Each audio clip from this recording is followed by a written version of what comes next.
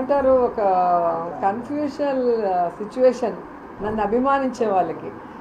So madam minister అవ్వాలి, ఇంత కష్టపడింది, ఆమె అయితే చాలామందికి ఉపయోగం పడుతుంది అని చెప్పి ప్రే చేసిన వాళ్ళే మినిస్టర్ అవ్వగానే అమ్మ మీరు జబర్దస్త్లో చేరం మళ్ళీ ఎలా మేడం, మా టెన్షన్లు ఎలా పోతాయి, మా బాధలు ఎలా పోతాయి అని వాళ్ళు అడిగేటప్పుడు నాకు ఏ ఆన్సర్ చెప్పాలో తెలియక నాకు కూడా ఏడుపు వచ్చేసింది. అసలు అంటే ఎన్నో రోజులుగా కలిసి ఉన్న ఒక ఫ్యామిలీ సడన్గా విడిపోతున్నాం, మళ్ళీ కలవం అన్నప్పుడు ఒక బాధ అనేది ఖచ్చితంగా ఉంటుంది. కానీ మనం ఆలోచించినప్పుడు దీనికన్నా అది ముఖ్యం. ఎందుకంటే ఇది చాలామందికి లైఫ్ ఇచ్చేది, చాలామంది లైఫ్ని సెటరైట్ చేసేది. ఒక అంత గొప్ప పొజిషను ఎంతమందికి వస్తుంది? సో మనకు 5 కోట్ల మంది ప్రజలు ఉంటే 175 మంది మాత్రమే ఎమ్మెల్యేలు కాగలం. ఆ 175 మందిలో 25 మంది మాత్రమే మినిస్టర్లు కాగలం. అలాంటి ఒక మంచి అవకాశం వచ్చినప్పుడు అది దేవుడిచ్చిన వరాన్ని దాన్ని ఎప్పుడూ వదులుకోకూడదు. సినిమాలో ఏముంది, నేను 80 ఏళ్ళకి చేయొచ్చు, 90కి చేయొచ్చు, 100కి చేస్తూ చూసే వాళ్ళు ఉంటారు.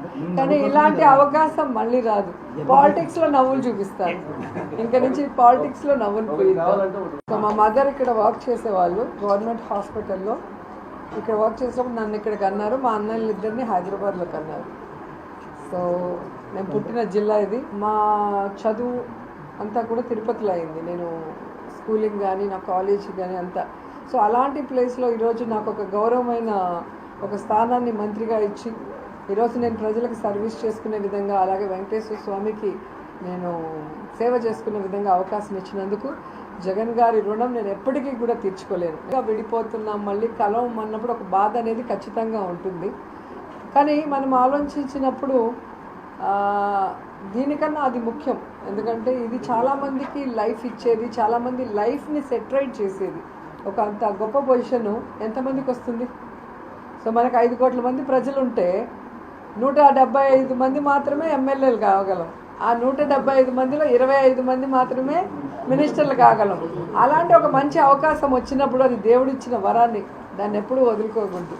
సినిమాలో ఏముంది, నేను 80 ఏళ్ళకి చేయొచ్చు, 90కి చేయొచ్చు, 100కి చేస్తూ చూసే వాళ్ళు ఉంటారు.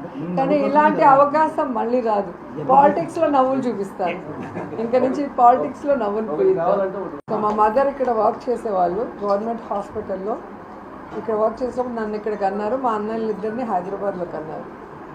సో నేను పుట్టిన జిల్లా ఇది. మా చదువు అంతా కూడా తిరుపతిలో అయింది. నేను స్కూలింగ్ కానీ నా కాలేజ్ కానీ అంతా.